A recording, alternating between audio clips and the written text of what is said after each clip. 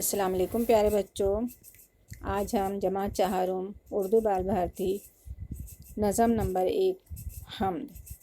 ہاں بچوں، اس کی مشق دیکھتے ہیں کہ مشق میں کیا دیا گیا ہے۔ سب سے پہلے ہے مشکل الفاظ معنی۔ مشکل الفاظ کے معنی دیے گئے ہیں۔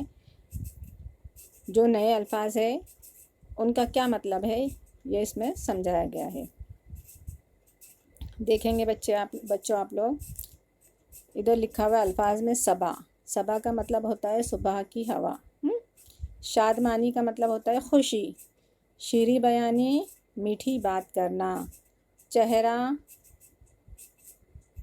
ہے نا، اس کا صحیح املا ہے چہرہ۔ اپنا جو چہرہ ہوتا ہے اس کو چہرہ یہاں پر نظم کے حساب سے الف سے دیا گیا، اس کا صحیح املا جو ہے وہ چہرہ ہے۔ حکمرانی کا مطلب ہوتا ہے حکومت۔ یورش حملہ۔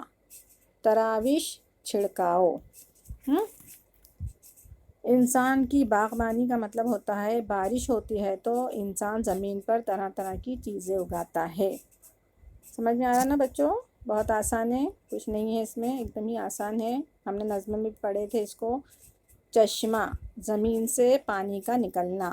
ایک چشمہ ہوتا ہے جو ہم اپنے چہرے پر آنکھوں کے اوپر لگاتے ہیں نا، نظر کی کمزوری کی وجہ سے یا کچھ اور وجہ سے جو چشمہ لگاتے ہیں وہ ایک بھی چشمہ ہے، لیکن یہ چشمے کا مطلب ہے زمین سے پانی کا نکلنا۔ حیوان کا مطلب ہوتا ہے جانور۔ اچھا بچوں، اب آپ کو یہ پڑھنا اور لکھنا ہے۔ اس کے بعد ہے ایک جملے میں جواب لکھو۔ کیا ہے؟ ایک جملے میں جواب لکھو۔ سبز پودوں کی نوجوانی سے کیا مراد ہے نا؟ کیا مراد ہے؟ مراد سبز پودوں سے سبز پودوں پر بہار آئی ہے۔ سبز کا مطلب ہوتا ہے ہرا۔ میں نے نظم پڑھاتے وقت بھی آپ کو سمجھایا تھا کہ سبز کا مطلب ہوتا ہے ہرا رنگ۔ تو سبز پودوں کی نوجوانی سے کیا مراد ہے؟ تو اس کا جواب لکھنا ہے سبز پودوں کی نوجوانی سے مراد سبز پودوں پر بہار آئی ہے۔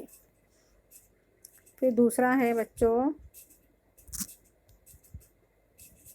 سورج کے چہرے پر کیا ہے؟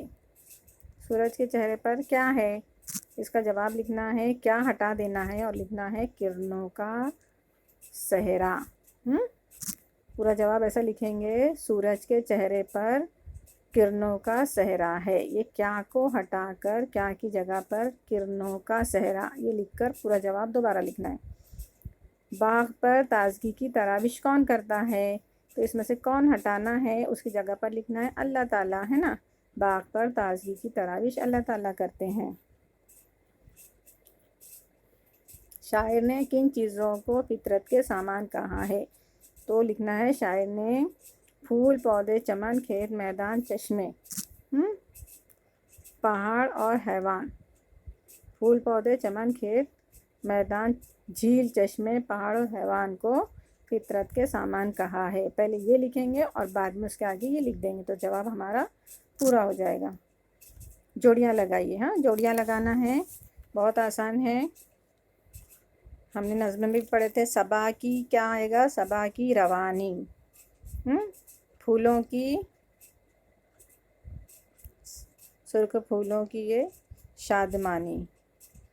بلبلوں کی یہ شیریں بیانی۔ بلبلوں کی شیریں بیانی۔ گھٹاؤں کی یورش اور تازگی کی تراوش۔ اس طرح سے یہ جوڑیاں آپ کو مکمل کرنا ہے۔ تو بچوں، یہ آج ہم نے نظم حمد کی جو ہے پہلی نظم کی مشق ہم نے حل کیے ہیں۔ اب آپ لوگ کاپی میں لکھیں گے اس کو اور پھر مجھے اس کا فوٹو نکال کر پکس نکال کر واٹس اپ کرو گے۔ اچھا بچوں، اللہ حافظ۔